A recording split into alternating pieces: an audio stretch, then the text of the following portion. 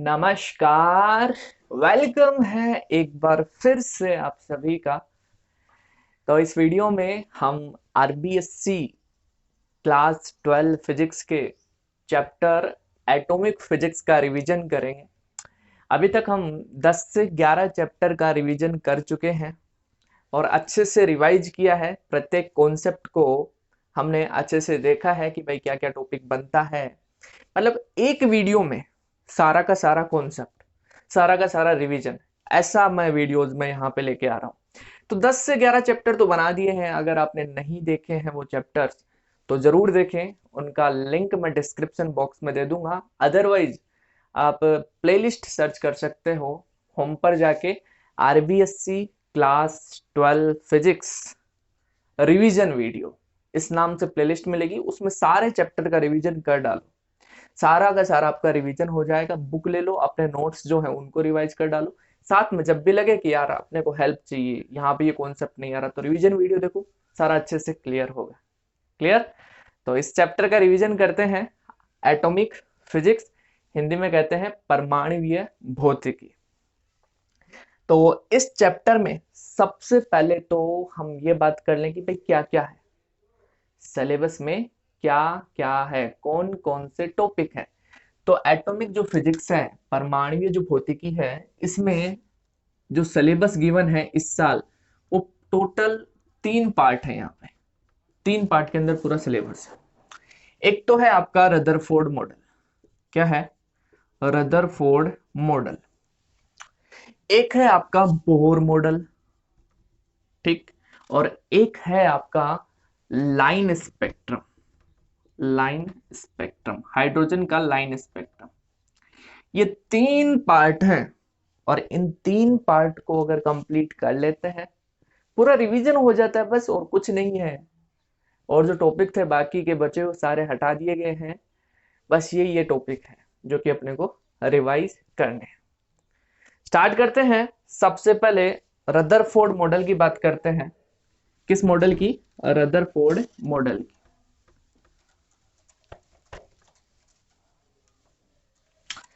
तो देखो, ये मॉडल्स है क्या? रदरफोर्ड मॉडल, बोर मॉडल, ये सब चीजें हैं क्या? ये देखो, मॉडल क्या है कि अभी तो अपने को सभी को पता है कि भाई एटम में एक न्यूक्लियाई है, उसमें प्रोटॉन है, उसमें न्यूट्रॉन है। एटम जो है उसके सर्कुलर ऑर्बिट है जहां पे इलेक्ट्रॉन चक्कर लगाता है, ये अभी अपने को पता है।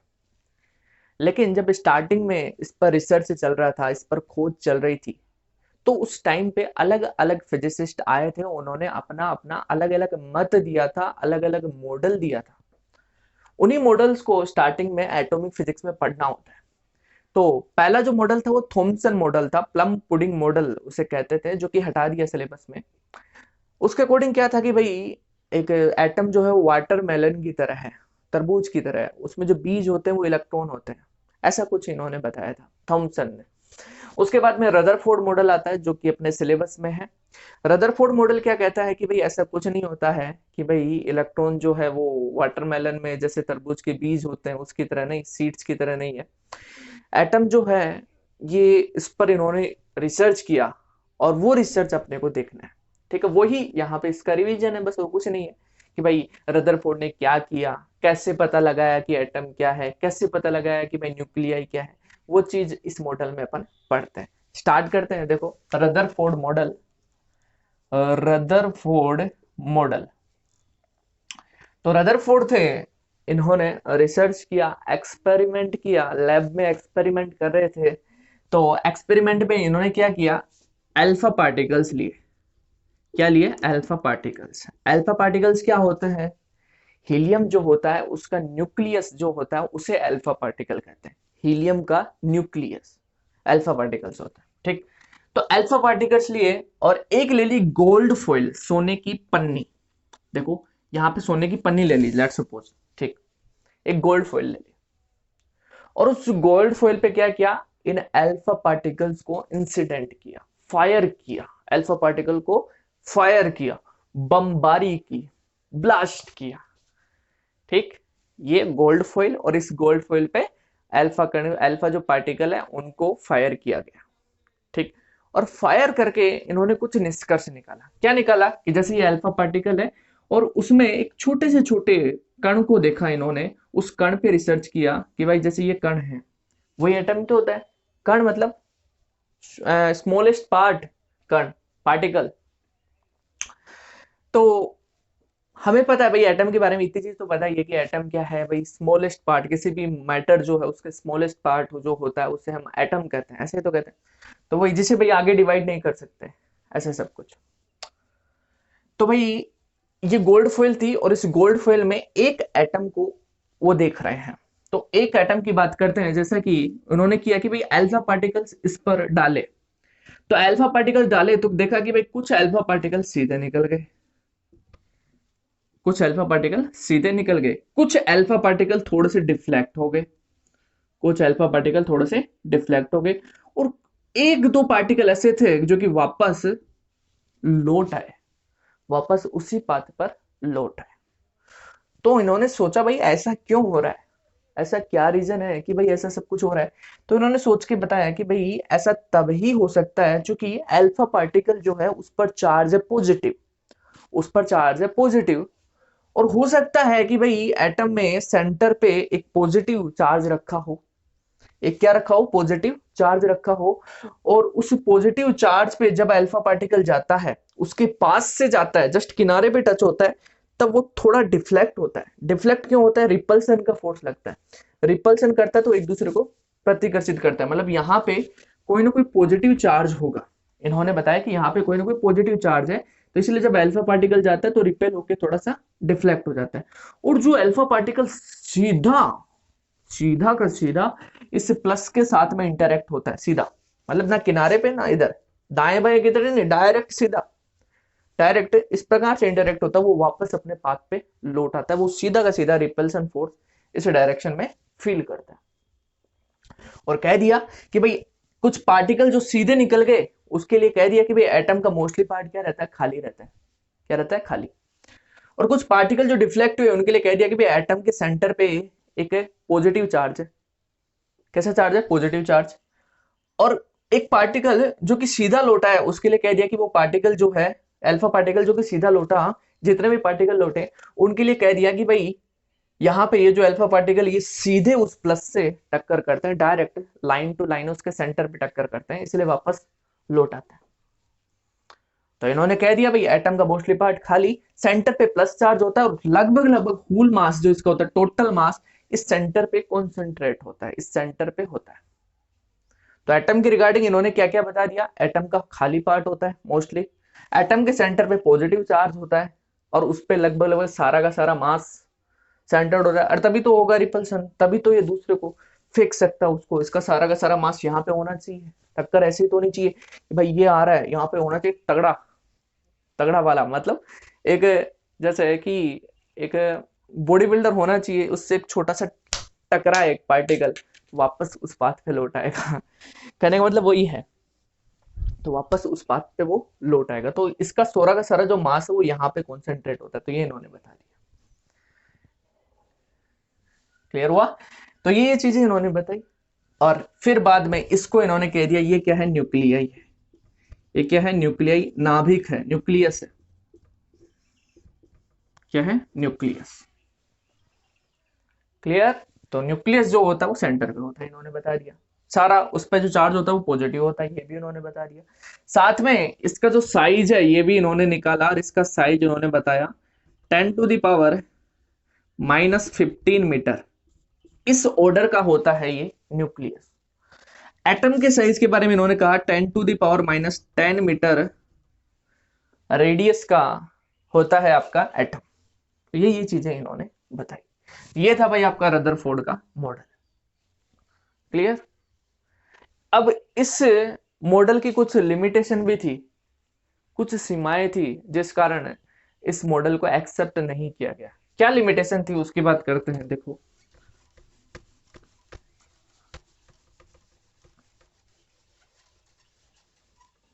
तो लिमिटेशन की बात करें तो यहां पे दो लिमिटेशन थी इस मॉडल की।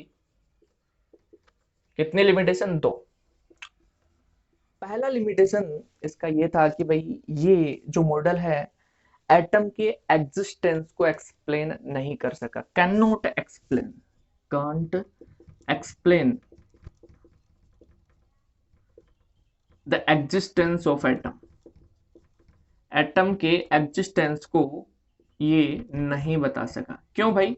देखो, ये कहते हैं कि भाई जो इलेक्ट्रॉन जो होता है वो रेस्ट में नहीं रहता है, इलेक्ट्रॉन रेस्ट में रहेगा तो वो नाभिक में गिर जाएगा, न्यूक्लियस में गिर जाएगा, क्योंकि भाई इलेक्ट्रॉन और न्यूक्लियस, एक नेगेटिव और एक पॉजिटिव दोनों के बीच में अट्रैक्शन का फोर्स काम करेगा तो वो न्यूक्लियस में गिर जाएगा। इसलिए ये क्या थ्योरी देते हैं कि इलेक्ट्रॉन क्या होता है, सर्कुलर ऑर्बिट में रोटेट करता है, इन्होंने ये बताया। फिर इलेक्ट्रोमैग्नेटिक थ्योरी ये कहती है, क्लासिकल फिजिक्स थ्योरी ये कहती है कि जब भी इलेक्ट्रॉन एक्सिलरेटेड होता है, एक्सिलरेट होता है, त्वरित होता है, तो एनर्जी को बाहर निकालता है। तो क्या यहाँ पे इलेक्ट्रॉन एक्सिलरेट हो रहा है? यस, क्योंकि सर्कुलर पाथ में मूव कर रहा है तो एक सेंट्रीपिटल एक्सिलरेशन लग रहा है, सेंट्रीपिटल फोर्स लग रहा है, मतलब एक्सिलरेट हो रहा है।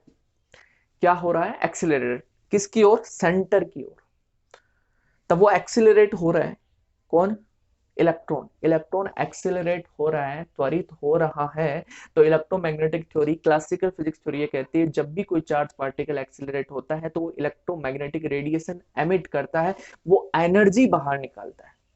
तो इस प्रकार से ये एनर्जी बाहर निकालता रहेगा, और सेंटर की ओर एक्सिलरेशन है तो निकालता निकालता निकालता निकालता निकालता, जैसे ये प्लस है, यहां से है इलेक्ट्रॉन, यहाँ पे एनर्जी निकाल रहा है, निकालता निकालता निकालता निकालता निकालता निकालता निकालता निकालता, और फाइनली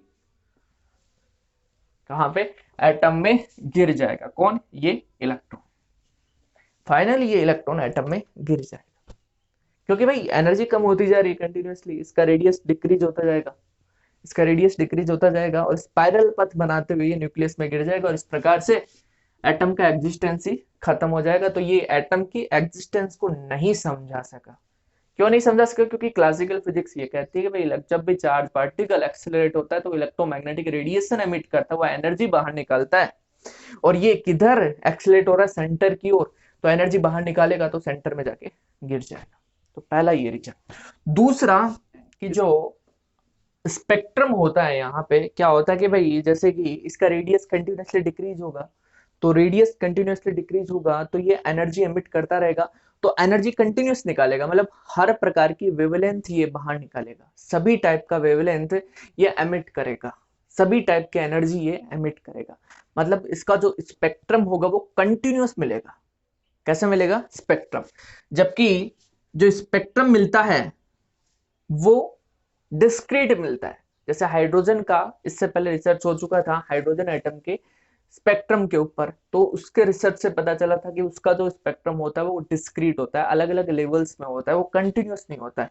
जबकि इस मॉडल के अकॉर्डिंग अगर रेडियस इसका कंटिन्यूअसली डिक्रीज होगा, रेडियस इसका कंटिन्यूअसली डिक्रीज होगा, तो इसका एनर्जी जो होगा वो कंटिन्यूअसली बाहर निकलेगा, मतलब सभी प्रकार का वेवलेंथ ये दिखाएगा, मतलब इसका जो स्पेक्ट्रम होगा वो कैसा होगा? कंटिन्यूअस। स्पेक्ट्रम कैसा होगा इसका? कंटिन्यूअस।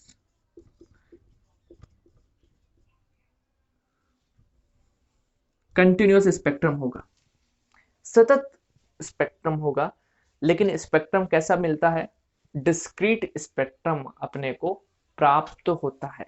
ये रिसर्च हो चुका था इससे पहले हाइड्रोजन एटम पे, तब वहां पे देखा था कि भाई सभी प्रकार की वेवलेंथ नहीं एमिट होती, सभी प्रकार के वेवलेंथ यहाँ पे नहीं दिखाई देती, कुछ स्पेसिफिक टाइप की वेवलेंथ ही मिलती है। लेकिन ये कह रहा है भाई सभी प्रकार की वेवलेंथ मिलेगी।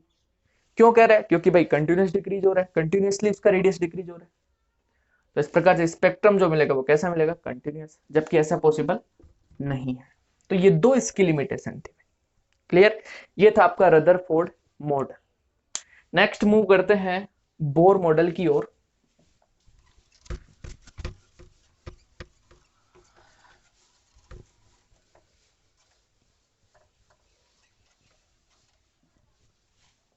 नेक्स्ट बोर मॉडल, बोर का मॉडल। देखो, अब बोर ने क्या किया भाई, इसकी लिमिटेशन को तो दूर करना ही था। रदरफोर्ड की जो इन्होंने एक्सपेरिमेंट किया था रदरफोर्ड ने, उसका लिमिटेशन निकला था, उस लिमिटेशन को दूर बोर को करना था। तभी जाके इसका मॉडल एक्सेप्ट किया जाएगा। तो इन्होंने क्या किया कि भाई जो इलेक्ट्रोमैग्नेटिक थ्योरी क्या कहती है कि भाई इलेक्ट्रॉन एक्सीलरेट होता है तो वो, या चार्ज एक्सीलरेट होता है तो वो एनर्जी एमिट करते हैं। इसको इन्होंने डायरेक्ट ही मना कर दिया। इन्होंने कह दिया कि चूंकि एटम एग्जिस्ट करता है, एटम एग्जिस्ट करता है, इसलिए आप ये जो थ्योरी बता रहे हो इलेक्ट्रोमैग्नेटिक थ्योरी, जिसके अकॉर्डिंग बोल रहे हैं कि भाई चार्ज एक्सीलरेट होता है तो वो एनर्जी एमिट करता है, उसके बारे में आप सोचो। बोर्ड ने ऐसा कह दिया, उसके बारे में आप सोचो, एक बार विचार करो, क्योंकि एटम तो एग्जिस्ट करता है। कोई स्पष्टीकरण इन्होंने नहीं दिया उसके लिए, बस एक थ्योरी बेस के ऊपर इन्होंने कह दिया। कोई मतलब ये नहीं है कि पूरा एक्सप्लेन करके बताया कि भाई नहीं ऐसा होगा, तभी जाके ये जो इलेक्ट्रॉन एक्सीलरेट हो रहा है इसको कैंसिल करो, इस अभिधारणा को, इस कॉन्सेप्ट को कैंसिल करो कि भाई इलेक्ट्रॉन एक्सीलरेट होगा तो वो एनर्जी बाहर निकालेगा और वो एटम में गिर जाएगा और एग्जिस्टेंस खत्म हो जाएगा। तो इन्होंने कुछ इसका कुछ एक्सप्लेनेशन नहीं दिया, इन्होंने बस डायरेक्ट ही कह दिया भाई चलो भाई इसको गलत करना पड़ेगा, इसको आप एक बार अपने साइड में रखो, एक बार इस पर विचार करो, क्योंकि एटम तो एग्जिस्ट करता है। तो इन्होंने एक लिमिटेशन थी, इस लिमिटेशन को ऐसे दूर कर दिया। सेकेंड लिमिटेशन जो थी रदरफोर्ड की, वो थी उसका कंटिन्यूस स्पेक्ट्रम मिलता है। तो ये बोर मॉडल जो है, बोर जो है ये स्पेक्ट्रम निकालते हैं हाइड्रोजन का, हाइड्रोजन पे ही रिसर्च करते हैं, और उसका जो स्पेक्ट्रम है वो स्पेक्ट्रम वो डिस्क्रीट शो करते हैं, डिस्क्रीट बता देता है। इस अकॉर्डिंग दोनों लिमिटेशन ये अपनी दूर कर देता है।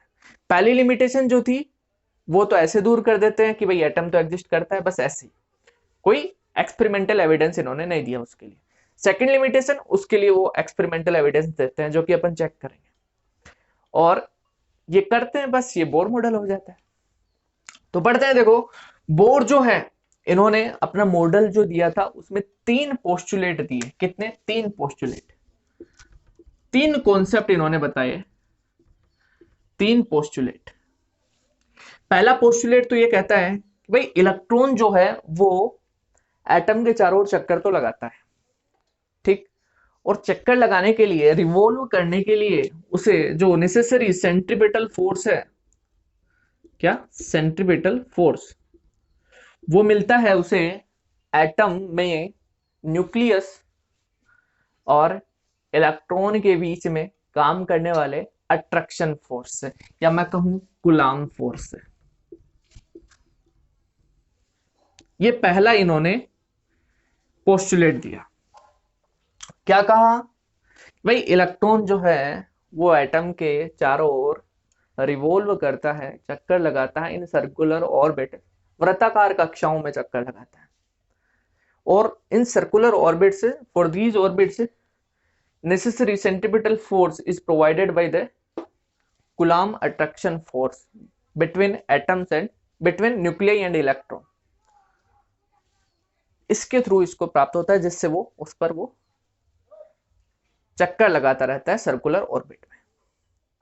और इन सर्कुलर ऑर्बिट को इन्होंने स्टेशनरी ऑर्बिट कहा। क्या कहा? स्टेशनरी ऑर्बिट, स्टेशनरी ऑर्बिट, स्थायी कक्षा इन्होंने कहा, इलेक्ट्रॉन की स्थायी कक्षा। भाई किन ऑर्बिट की बात कर रहे हैं कि भाई जिस ऑर्बिट में वो चक्कर लगा रहा है, सेंट्रीपिटल फोर्स जो है वो कूलम्ब फोर्स के इक्वल है, उस ऑर्बिट को इन्होंने क्या नाम दिया? स्टेशनरी ऑर्बिट, स्थायी कक्षा। और स्टेशनरी ऑर्बिट के लिए इन्होंने बताया कि ये ऑर्बिट ऐसी है कि इस ऑर्बिट में जो इलेक्ट्रॉन जो होता है, क्या, जो इलेक्ट्रॉन जो होता है ये चक्कर जो लगाता है, एक्सीलरेट जब होता है, तो ये किसी प्रकार का एनर्जी एमिट नहीं करता, मतलब electron does not radiate energy, electron does not radiate energy. और इन्हीं को अपन क्या कहते हैं? Stationary orbit. तो स्टेशनरी ऑर्बिट की डेफिनेशन जो बोर ने बताई वो क्या थी? भाई ऐसे ऑर्बिट जिसमें इलेक्ट्रॉन जो रिवॉल्व करता है तो वो किसी प्रकार की एनर्जी रेडिएट नहीं करता है। क्लियर? और इन ऑर्बिट में क्या होता है? सेंट्रीपिटल एफ कूलम्ब होता है। सेंट्रीपिटल की बात करें तो क्या हो जाएगा भाई? mv² upon are. Coulomb force क्या होगा? जैसे कि ये आपका न्यूक्लियाई और ये आपका जैसे एक ऑर्बिट है जिसमें इलेक्ट्रॉन है, और लेट ये nth ऑर्बिट है। कौन सा ऑर्बिट है? nth orbit. ये डिस्टेंस जो होगा ये इसका रेडियस कहलाएगा, ये rn है, ठीक। और इसका जो वेलोसिटी है nth जो ऑर्बिट है इसमें इसका जो वेलोसिटी है वो मान लेते हैं कितना है, vn है। तो यहाँ पे हो गया mvn अपॉन rn। यहाँ पे बात करें कुलाम फोर्स की तो क्या हो गया, k ze यहाँ पे z क्या है भाई, प्रोटोन नंबर, e क्या है उसका चार्ज, भाई कितना प्रोटोन है और उसका टोटल चार्ज हो गया, मतलब ze और इसका चार्ज कितना e upon r square n। तो ये आ जाता है अपना पहला postulate. Clear? mv square upon rn is equal to k ze square upon r square n हो जाएगा।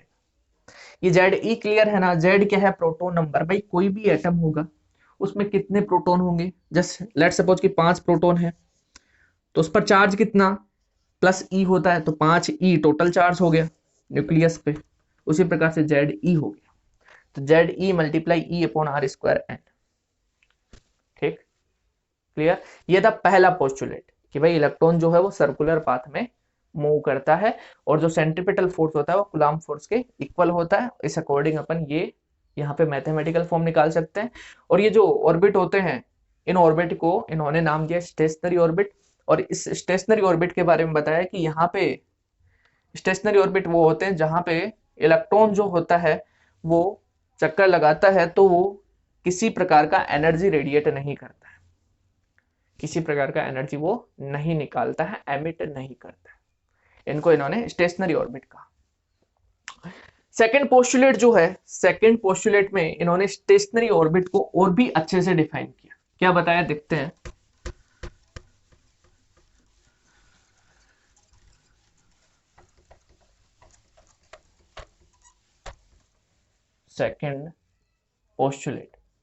सेकंड पोस्टुलेट में इन्होंने बताया कि स्टेशनरी ऑर्बिट जो होता है वो ऐसा ऑर्बिट होता है इसमें जो इलेक्ट्रॉन जो होता है वो जो कि चक्कर लगाता है, रिवॉल्व करता है, उसका एंगुलर मोमेंटम जो होगा वो h/2 का इंटीग्रल मल्टीपल होगा। ये इन्होंने बताया। वही स्टेशनरी ऑर्बिट में जो इलेक्ट्रॉन रोटेट कर रहा है, रिवॉल्व कर रहा है, उसका जो एंगुलर मोमेंटम होगा वो h/2 का इंटीग्रल मल्टीपल होगा। मतलब L कितना होगा, nh/2 होगा। ये सेकंड पोस्टुलेट इन्होंने दिया, द्वितीय अभिग्रहित इन्होंने दिया। भाई स्थायी वृत्ताकार कक्षाएं वे कक्षाएं होती हैं, stationary orbit are those orbits वे कक्षाएं होती हैं जिनके लिए इलेक्ट्रॉन का कोणीय संवेग, एंगुलर मोमेंटम जो होता है वो h/2 का पूर्ण गुणज होता है, is equal to the integral multiple of h/2। ये इन्होंने सेकंड पोस्टुलेट दिया, द्वितीय अभिग्रहित।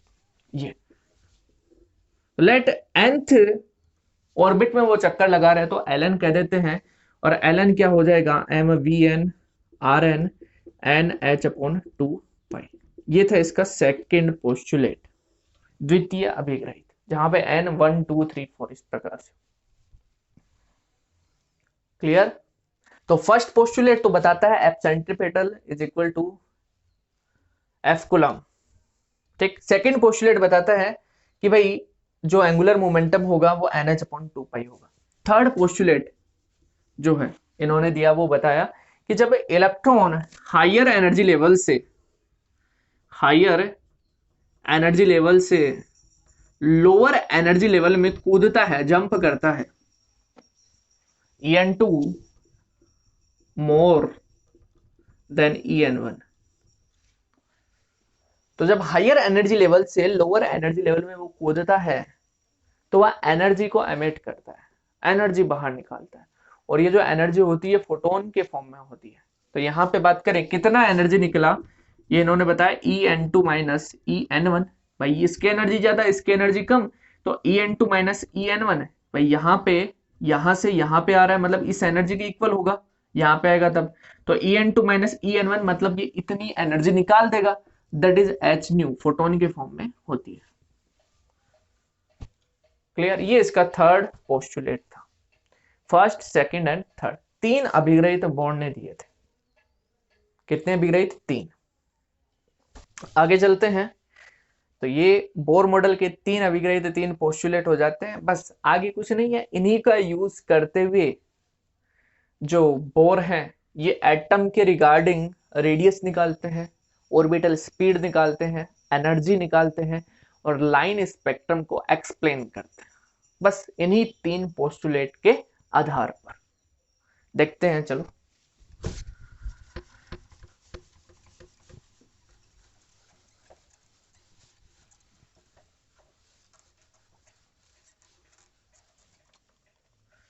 तो पहले बात कर लेते हैं रेडियस की, कि भाई कोई इलेक्ट्रॉन है वो nth ऑर्बिट में चक्कर लगा रहा है, तो उसका रेडियस क्या होगा, उसकी त्रिज्या क्या होगी। तो वो रेडियस निकालते हैं कौन? बोर। कहां से निकालते हैं? वही अपने तीन पोस्टुलेट से ही, बस इन तीन अभिग्रहितों से ये सारा सब कुछ निकाल देते हैं। क्लियर, देखते हैं। देखो पहला टॉपिक आता है रेडियस का, ठीक, त्रिज्या, बोर रेडियस कहते हैं कि भाई जैसे ये एटम हो गया और ये कोई कक्षा है, ऑर्बिट है जिसमें इलेक्ट्रॉन चक्कर लगा रहा है, ठीक। तो यहां से कितना रेडियस? आर एन, ये कितना होगा, इसका फॉर्मूला इन्होंने निकाला है। और बात करते हैं, देखो बोर का फर्स्ट पोस्टुलेट क्या कहता है कि भाई M V square upon R N होता है K Z E square upon R square N के, ठीक। आर एन से ये गया, यहां से कितना आ गया? एम वी स्क्वायर, और ये भी एन कर देते हैं, N is equal to K Z E square upon R N. Clear. अब देखो इन्होंने सेकंड पोस्टुलेट दिया था, उसके अकॉर्डिंग क्या है? M V N R N is equal to N H upon two pi होता है। कितना होता है? N H upon two pi. यहां पे Vn का वैल्यू हम पुट कर दें, Vn कितना होगा? Vn हो गया एन एच अपॉन टू पाई एम आर एन हो गया। ये वैल्यू यहां पे पुट करें तो m हो गया एन स्क्वायर एच स्क्वायर, यहाँ पे m N square H square, ये हो गया 4 pi square M square R square N is equal to K Z E square upon R N. हो जाएगा 4 पाई स्क्वायर एम स्क्वायर और ये यहाँ पे हो गया आर स्क्वायर एन और ये N square H square. M से एक एम गया, एक आर से ये एक आर गया। अब यहाँ पे अपने को निकालना है रेडियस, जो कि हो जाएगा आर एन। कितना आ गया भाई? यहां से आ गया N square H square upon 4 pi square K Z E square M, K Z E square M, 4 pi K 4 pi square K M Z E square, ये आर एन आ गया। क्लियर। अब देखो इसमें से एन स्क्वायर और Z बाहर ले लूं तो मेरे पास हो गया एन स्क्वायर अपॉन जेड, बाकी का यहाँ पे अंदर क्या बच गया? अंदर आ गया मेरे पास H square upon 4 pi square K 4 pi square K M E square, 4 pi square K M E square, ये आ गया। जब इसको सोल्व करते हैं, यहाँ पे वैल्यू पुट करते हैं एम का ई का, तो इसका वैल्यू अपने पास मिल जाता है कितना? N square upon Z multiply 0.529 angstrom, ये इसका वैल्यू आ जाता है 0.529 एंगस्ट्रॉन। तो यहां पे इन्होंने रेडियस निकाल दी N square upon Z multiply 0.529 angstrom. अब इसके अकॉर्डिंग हम किसी भी ऑर्बिट का रेडियस बता सकते हैं। ये तो nth ऑर्बिट की बात होगी, जैसे nth ऑर्बिट है, जैसे अपने को दूसरे ऑर्बिट का चाहिए दूसरे का बता सकते हैं, तीसरे का चाहिए तो तीसरे का बता सकते हैं। क्लियर। जैसा कि बात करें हाइड्रोजन जो है, हाइड्रोजन का फर्स्ट ऑर्बिट का रेडियस क्या होगा? हाइड्रोजन का फर्स्ट ऑर्बिट यानी n is equal to 1, z is equal to 1 यानी 0.529 एंगस्ट्रॉन होगा। सेकंड ऑर्बिट क्या होगा? सेकंड ऑर्बिट यानी n is equal to 2, z is equal to 1 यानी 2 का स्क्वायर कितना?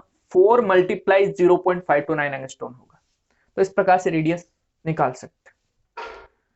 क्लियर। ये था भाई रेडियस का इन्होंने जो एक्सप्लेन किया बोर का रेडियस, उसका मैथमेटिकल फॉर्मूला और एक्सप्लेनेशन। नेक्स्ट मूव करते हैं, ऑर्बिटल स्पीड की बात करते हैं कि भाई इलेक्ट्रॉन जो है वो nth ऑर्बिट में चक्कर लगा रहा है तो उसका स्पीड कितना होगा, उसका स्पीड कितना होगा, स्पीड, ऑर्बिटल स्पीड। वही बस वो तीनों पोस्टुलेट का यूज करना है, उसी के अकॉर्डिंग सोल्व करना है। क्या है पोस्टुलेट कि भाई M V square N upon R N is equal to K Z E square upon R square N होता है, एक आर एन से ये गया, ठीक। दूसरा M V N R N is equal to N H upon 2 pi होता है, ठीक। हमें निकालना है स्पीड, v निकालना है, v,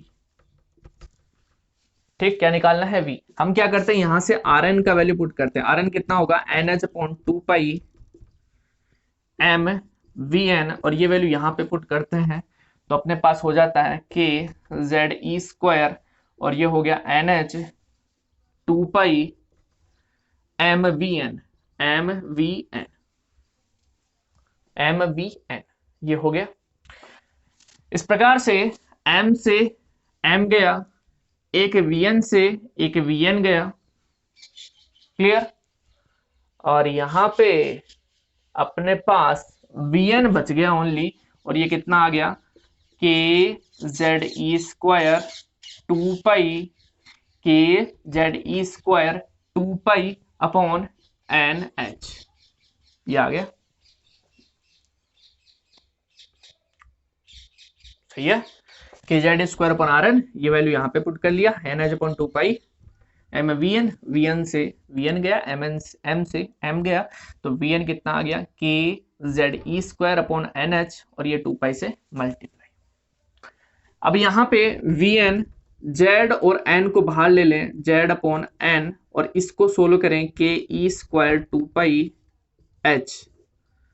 इसको जब सोल्व करते हैं तो इसका वैल्यू आता है अपने पास z upon N multiply 2.18 into 10⁻6 metre पर सेकेंड। तो ये ध्यान ही रखना है भाई वैल्यू तो अपने को, ये आ जाता है ऑर्बिटल स्पीड।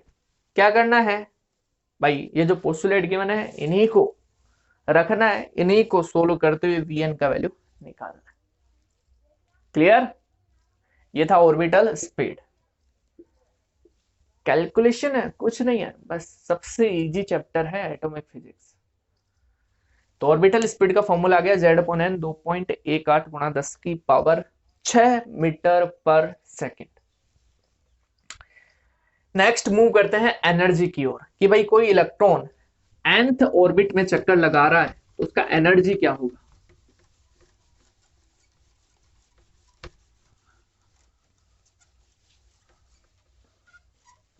उसका एनर्जी क्या होगा, टोटल एनर्जी। भाई टोटल एनर्जी हमें पता है क्या होता है, kinetic energy plus potential energy होता है। काइनेटिक एनर्जी वेलोसिटी से जो जिस स्पीड से वो मूव कर रहा है उसके अकॉर्डिंग, पोटेंशियल एनर्जी किस ऑर्बिट में उसके अकॉर्डिंग, ठीक। पोटेंशियल एनर्जी कौन सी होगी, प्लस और माइनस के बीच में काम करने वाली पोटेंशियल एनर्जी, जो कि होगी इलेक्ट्रोस्टैटिक पोटेंशियल एनर्जी। तो यहां पे बात करें ई एन, के एन के अकॉर्डिंग बात करें, के एन कितना होगा 1/2 M V square N, U N कितना होगा minus K Z E square upon R N होगा। यही होता है K Q one Q two upon R होता है, उसी के according minus K Z E square upon R N, clear. अब देखो यहां पे इन दोनों को सोल्व करें तो अपने पास कोई वैल्यू निकल के तो आएगी नहीं, क्योंकि ये भी अलग ये भी अलग। तो हम क्या करते हैं, वापस से बोर्ड पोस्टुलेट का यूज करते हैं, क्योंकि हमें पता है M V square upon R N होता है K Z E square upon R square N. First postulate, R N से आर एन गया, एम वी स्क्वायर का वैल्यू कितना आ गया, K Z E square upon R N, ये value यहां पे पुट कर देते हैं। टोटल एनर्जी कितना हो गया 1/2 K Z E square upon R N minus K Z E square upon R N, कितना आ गया, आधे में से एक गया तो आ गया अपने पास minus 1/2 K Z E square upon R N, और ये आ जाता अपने पास टोटल एनर्जी। क्या आ जाता है, total energy. K Z E square upon R N. अब आर एन का वैल्यू यहाँ पे पुट कर देते हैं जो कि अपने पास आया था, तो आर एन का वैल्यू पुट करते हैं, E N is equal to -1/2 K Z E square, और आर एन का वैल्यू आया था N square upon Z multiply 0.529 angstrom यानी 10⁻⁻10 मीटर, यही आया था। देखो एक बार, -1/2 K Z E square upon R N था, R N N square upon Z, Z ऊपर गया, मल्टीप्लाई 0.529 एंगस्ट्रॉन यानी 10⁻⁻10 मीटर, हो गया इतना। क्लियर। अब देखो आगे इसको सोल्व करें तो ये जेड कितना हो गया, जेड स्क्वायर, और बाकी का सारा वैल्यू जब हम पुट कर दें, भाई के का वैल्यू पुट कर दें, ठीक, ई का वैल्यू पुट कर दें, और जब इसको सोल्व करते हैं तो इसका वैल्यू आता है ई एन। भाई जेड तो है वो कांस्टेंट नहीं है, तो क्या हो गया -z²। एन भी कांस्टेंट नहीं है, क्लासेस चलती रहेंगी, तो एन स्क्वायर, और जब इसको पूरे को सोल्व किया तो इसको वैल्यू मिलती है अपने को 13.6 इलेक्ट्रॉन वोल्ट। ये आ जाती है nth ऑर्बिट में चक्कर लगाते हुए इलेक्ट्रॉन का total energy, -z²/n² 13.6 electron volt. अब देखो En क्या होगा, hc/λ होगा इज इक्वल टू कितना हो गया, -z²/n² मल्टीप्लाई 13.6।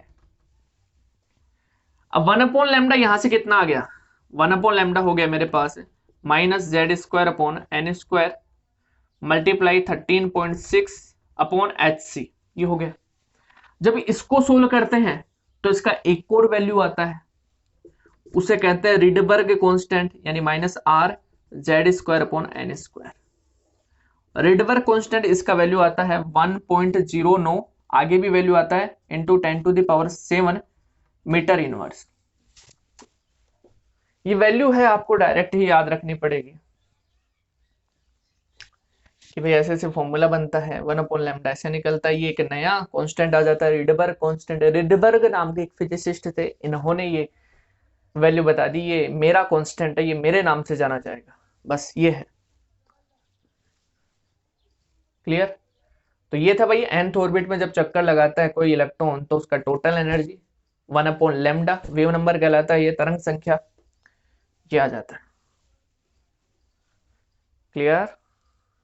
अब देखो इस फॉर्मूले के अकॉर्डिंग बात करें कि जो हाइड्रोजन एटम है उसका फर्स्ट ऑर्बिट में उसका एनर्जी कितना होगा। फर्स्ट ऑर्बिट का मतलब n = 1, n = 1 करे, z = 1 किया तो कितना आ गया, माइनस का 13.6 इलेक्ट्रॉन वोल्ट। तो इसका जो फर्स्ट ऑर्बिट होता है हाइड्रोजन का वो ग्राउंड स्टेट कहलाता है, मूल अवस्था कहलाती है, जहां से इलेक्ट्रॉन एक्साइट होके, मतलब जहां से इलेक्ट्रॉन एनर्जी लेके हायर एनर्जी में जाएगा एक्साइट होके, या फिर वहां से हायर एनर्जी से लोअर एनर्जी में, मतलब ग्राउंड में आएगा। मतलब फर्स्ट लेवल, जैसे ये एटम हो गया इसका ये फर्स्ट लेवल, इसको कह देते हैं हाइड्रोजन के ग्राउंड स्टेट। क्या कह देते हैं, ग्राउंड स्टेट, मूल अवस्था। भाई इलेक्ट्रॉन जो आएगा वो यहां से एनर्जी लेगा और हायर में जाएगा, या फिर जब वो हायर से लोअर में आएगा तो वो ग्राउंड में आएगा। क्लियर हुआ। तो यहां पे ग्राउंड स्टेट एनर्जी की बात करें हाइड्रोजन का तो n = 1, z = 1, माइनस का 13.6 इलेक्ट्रॉन वोल्ट। अब n = 2 होगा first excited state, n = 2 first excited state, n = 2 रख दें तो उसके अकॉर्डिंग इसका वैल्यू आ जाएगा, जो कि अपने को ज्यादा मिलेगा क्योंकि माइनस में है, तो 2 रखेंगे तो 2 2 नहीं 4, 4 का डिवाइड कर दे 4 12, मतलब 3.4 इलेक्ट्रॉन वोल्ट मिलेगी, n = 2, यानी first excitation energy of hydrogen atom कितनी होगी, -3.4, 4 से 12, 4 चौके 16, 3.4 electron volt. Clear. Ground state energy -13.6 electron volt. Okay, तो ये था भाई एनर्जी का कॉन्सेप्ट। आगे चलते हैं, नेक्स्ट मूव करते हैं। अब आता है अपने पास line spectrum. Third topic line spectrum आता है भाई।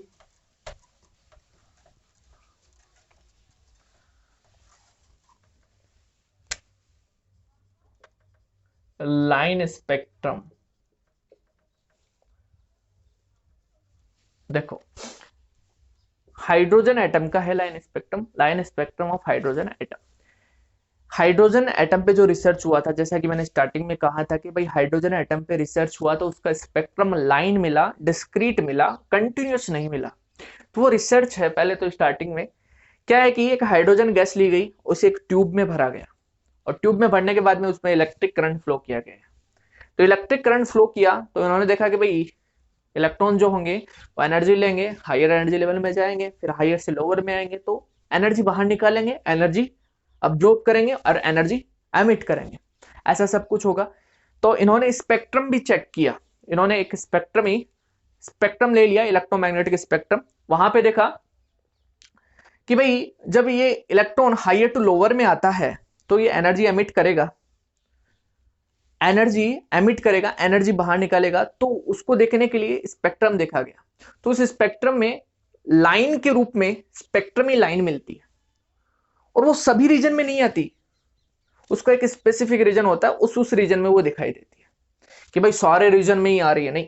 एक डिस्क्रीट, एक स्पेशल रीजन के अंदर वो सारा का सारा वेवलेंथ आ रहा है। भाई कुछ जैसा कि कुछ वेवलेंथ जो मिली वो अल्ट्रावायलेट में मिल गई, कुछ वेवलेंथ जो मिली वो अपने को विजिबल रीजन में मिल गई, और कुछ वेवलेंथ जो मिली वो इंफ्रारेड रीजन में मिल गई। इस प्रकार से सभी रीजन में अपने को वेवलेंथ नहीं मिलती है, वो अलग अलग रीजन में अपने को वेवलेंथ मिलती है, एक डिस्क्रीट लाइन के रूप में मिलती है। सभी कंटिन्यूस अपने को स्पेक्ट्रम नहीं मिलता है, मतलब इसका स्पेक्ट्रम लाइन स्पेक्ट्रम मिलता है। तो हाइड्रोजन का लाइन स्पेक्ट्रम कुछ इसी प्रकार से निकाला गया था। तो ये था भाई हाइड्रोजन का लाइन स्पेक्ट्रम। और इसमें जो अलग अलग स्पेक्ट्रम जो लाइंस आती है उनके अकॉर्डिंग इनको डिवाइड कर दिया जाता है 4-5 सीरीज में, कि भाई अलग अलग जो फिजिसिस्ट आए उन्होंने अलग अलग सीरीज देखी और उनको अपना नाम देख के बता दिया कि जैसे कि Lyman series, Balmer series, Paschen series, Brackett series, Pfund series, जैसे जिनका नाम था उसके अकॉर्डिंग उन्होंने जो जो सीरीज देखी, जो जो वेवलेंथ देखी, उसके अकॉर्डिंग उन्होंने उसका नाम दे दिया। तो इस रेखीय स्पेक्ट्रम में, लाइन स्पेक्ट्रम में अपने को सीरीज मिलती है, जैसा कि एक आती है लाइमन, एक आता है बामर, एक आता है पास्चन, एक आता है ब्रैकेट,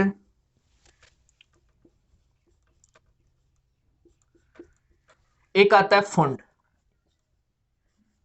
ये सीरीज देखी गई। इनको ये अलग अलग फिजिसिस्ट थे, उन्होंने अपने नाम से ये सीरीज दे दी। तो लाइमन सीरीज के लिए फॉर्मूला निकाला गया, बामर के लिए, ब्रैकेट के लिए और फुंड के लिए। क्योंकि जो लाइमन सीरीज मिलती है, जो लाइमन सीरीज मिलती है उसके लिए वेवलेंथ ये से ये होती है, उसका एक फॉर्मूला निकाल दिया।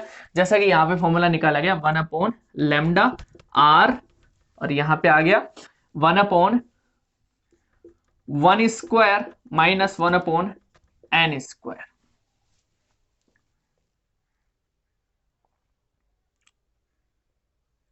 1/1² माइनस 1/n², ये फॉर्मूला आ गया।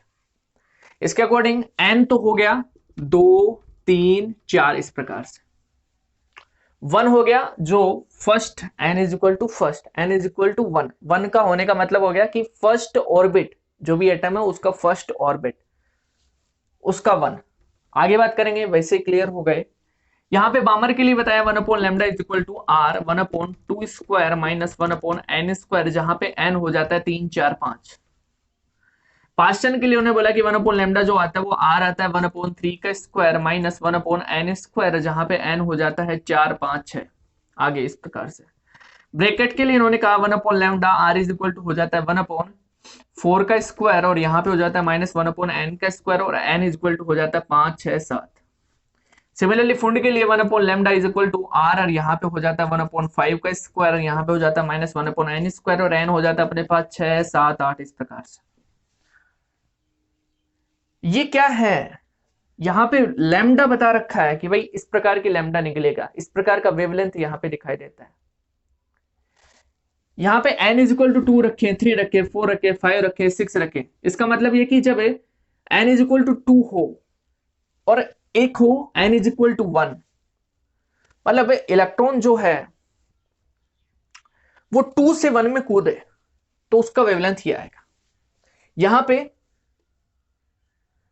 3 से, इसके आगे बात करें तो 3 से 1 में, 4 से 1 में, मतलब 1 में जब वो जंप करेगा, 2 से, 3 से, 4 से, 5 से 1 में जंप करेगा, तब उसका वेवलेंथ क्या आएगा। बामर के अंदर क्या है कि भाई 3, 4, 5, 6, 7, 8 से वो 2 में जंप करता है। पास्टन के अंदर 4, 5, 6 से वो किस में जंप करता है, 3 में। ब्रैकेट के अंदर 5, 6, 7, 8 ये जो लेवल है यहां से वो जंप करता है 4 में। इसी प्रकार से फंड में, तो उसके अकॉर्डिंग वो वेवलेंथ जो निकलता है उसका फॉर्मूला ये इन्होंने, जैसे लाइमन ने दे दिया, बामर ने दे दिया, पास्टर ने दे दिया, ब्रैकेट ने दे दिया, फुंडर ने दे दिया, ये फॉर्मूला इन्होंने दे दिया। भाई इसके अकॉर्डिंग हम निकाल लेंगे कि भाई अगर वो 2 से 1 में कूदता है तो उसका वेवलेंथ आ जाएगा, 3 से 1 में कूदता है तो आ जाएगा, 3 से 4 में कूदता है, नहीं 3 से 4 में नहीं, 4 से 3 में, हायर से लेवल, हायर से लो में, तो 4 से 3 में कूदेगा तो 4 से 3 में, तो इसके लिए अपन पास्टन सीरीज की बात करेंगे, 4 से 3 में। इसी प्रकार से मैं बोलूं 6 से 5 में कूदे तो ये क्लियर।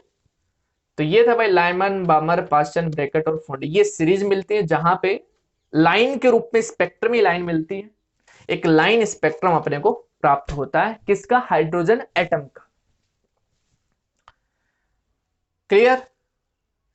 यहां पे इन्होंने ये भी बताया कि जो लाइमन सीरीज मिलती है वो इलेक्ट्रोमैग्नेटिक स्पेक्ट्रम के अल्ट्रावायलेट रीजन में मिलती है, बामर सीरीज जो मिलती है वो अल्ट्रावायलेट प्लस विजिबल लाइट में मिलती है, पास्टन सीरीज जो है वो आईआर में, सिमिलरली ये भी आईआर में और ये भी आईआर में, इंफ्रारेड रीजन के अंदर ये अपने को दिखाई देती है। ये भी इन्होंने बताया कि ये स्पेक्ट्रम में इस रीजन में ये आ रही हैं। भाई इनका वेवलेंथ यहां से यहां तक है तो मतलब ये इस रीजन में। भाई ये सारे जो रीजन है उनके अकॉर्डिंग वेवलेंथ डिवाइड की गई है इलेक्ट्रोमैग्नेटिक स्पेक्ट्रम में, कि भाई अल्ट्रावायलेट रीजन इस वेवलेंथ से इस वेवलेंथ के बीच में होता है, इंफ्रारेड रीजन इस वेवलेंथ से इस वेवलेंथ में होता है। तो उसके अकॉर्डिंग जिस जिस क्राइटेरिया में जिस जिस पार्ट के अंदर अपने को वेवलेंथ दिखाई दी, उस पार्ट के अकॉर्डिंग अपन ने बता दिया, इन्होंने बता दिया कि ये इंफ्रारेड का है, ये यूवी विजिबल का है, ये यूवी का है। बामर के अंदर थोड़ा बहुत यूवी का भी आता है, थोड़ा बहुत विजिबल लाइट का आता है, दोनों का मिक्स आता है। क्लियर। तो ये था हाइड्रोजन का लाइन स्पेक्ट्रम। नेक्स्ट मूव करते हैं, बोर जो होते हैं इस स्पेक्ट्रम को एक्सप्लेन करते हैं।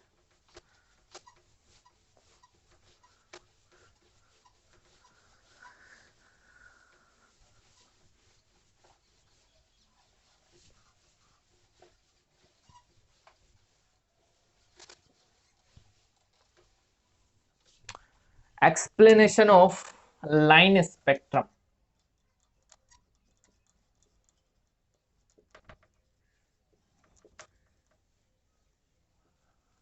Of line spectrum by Bohr's model, Bohr model के थ्रू। बोर मॉडल का थर्ड पोस्टुलेट ये कहता है कि जब भी कोई इलेक्ट्रॉन हायर एनर्जी लेवल से लोअर एनर्जी लेवल में जंप करता है तो वो फोटोन के रूप में एनर्जी बाहर निकालता है, मतलब En2 माइनस En1 आता है एच न्यू, या मैं कहूं एच सी अपॉन लेमडा आता है। En2 क्या हो जाएगा, En2 मेरे पास हो जाएगा माइनस का 13.6 जेड स्क्वायर अपॉन N2 का होल स्क्वायर, या N2 स्क्वायर माइनस 13.6, ठीक, Z square upon N1 square, और इससे पहले भी माइनस मतलब ये प्लस, यहाँ पे माइनस माइनस प्लस हो जाएगा, इससे पहले माइनस और ये minus plus, is equal to H C upon lambda होगा। अब जब इसको सोल्व करें ये इलेक्ट्रॉन वोल्ट में, तो 1 अपॉन लैम्डा मेरे को मिल जाता है 13.6 अपॉन एच सी, और यहां पे हो जाता है ये 1 upon N1 square minus 1 upon N2 square. इसको सोल्व करें तो अभी सोल्व किए था पीछे कितना आया था, रिडवर constant R 1 upon N1 square minus 1 upon N2 square. तो इन्होंने वेवलेंथ का फॉर्मूला ये निकाल दिया। अब इसके अकॉर्डिंग इन्होंने लाइमन के लिए बता दिया, बामर के लिए बता दिया, पास्टन के लिए बता दिया, ब्रैकेट के लिए बता दिया, फुंड के लिए बता दिया। इन सारी सीरीज को यहां पे इन्होंने एक्सप्लेन कर दिया कि जब लाइमन होगा तब n1 इज इक्वल टू तो 1 हो जाएगा और n2 इज इक्वल टू 2 3 4 5 6। तो वही फॉर्मूला मिल जाएगा जो कि लाइमन के लिए था। जब बामर होगा तो उसके लिए n1 हो जाएगा 2 और n2 हो जाएगा कितना, 3 4 5 6, इस प्रकार से। इसी प्रकार से पास्टन होगा तो n1 कितना हो जाएगा 3 और n2 कितना हो जाएगा 4 5 6 7। n1 4 और n2 हो जाएगा 5 6 7, n1 5 और n2 हो जाएगा 6 7 8, इस प्रकार से। और ये सीरीज मिल जाएगी। तो जो वेवलेंथ आएगी उसके अकॉर्डिंग हम इसके रीजन को भी डिफाइन कर देंगे कि भाई ये यूवी के अंदर आएगा, ये यूवी प्लस विजिबल में आएगा, बाकी का तीनों जो आएगा वो इंफ्रारेड के अंदर आएगा। क्लियर? तो बस इन्होंने थर्ड पोस्टुलेट का यूज किया और उसके थ्रू लाइमन बामर पास्टन ब्रैकेट फुंड इनके लिए वेवलेंथ का फॉर्मूला बता दिया और लैम्डा मैक्सिमम लैम्डा मिनिमम भी बता दिया कि भाई इस मिनिमम से इस वेवलेंथ मैक्सिमम तक यहाँ पे लाइमन होगा, इस मिनिमम वेवलेंथ से इस मैक्सिमम तक आपका बामर होगा, सिमिलरली पास्टन ब्रैकेट और फुंड। तो मिनिमम मैक्सिमम भी अपन निकाल सकते हैं। कैसे निकालें भाई? लैम्डा मैक्सिमम लैम्डा मिनिमम कब होगा? देखो जब ये डिफरेंस जो है, देखो यहां पे मैं बात करूं, ये फॉर्मूला अपने पास हुआ 1 upon lambda is equal to ये, ठीक?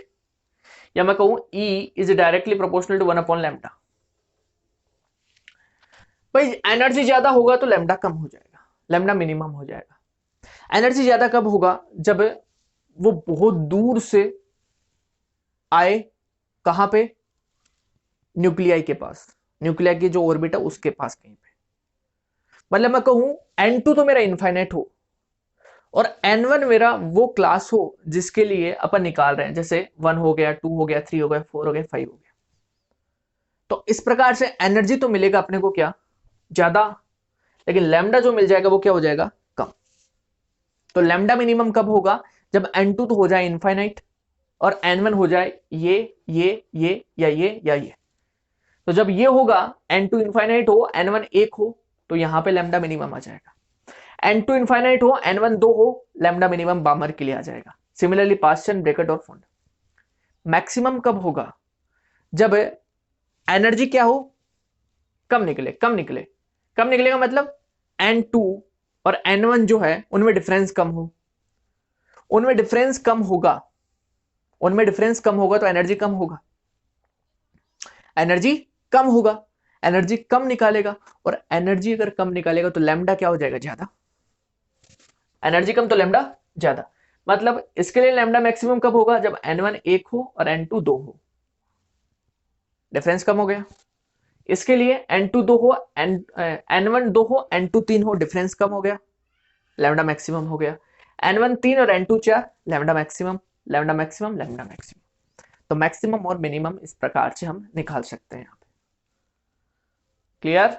तो ये क्वेश्चन भी बनता है, जैसे पूछ लेता है लाइमन सीरीज के लिए लैम्डा मैक्सिमम बताओ कितना होगा, मिनिमम बताओ कितना होगा, बामर के लिए कितना होगा, पास्टन के लिए कितना होगा, ब्रैकेट के लिए कितना होगा, फंड के लिए कितना होगा। तो ये निकालना आना चाहिए।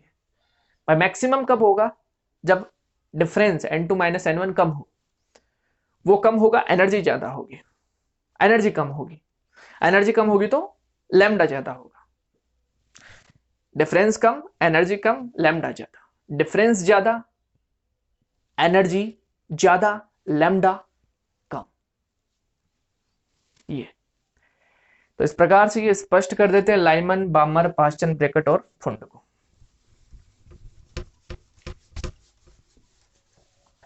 बस यही था भाई आपका पूरा का पूरा एटॉमिक फिजिक्स।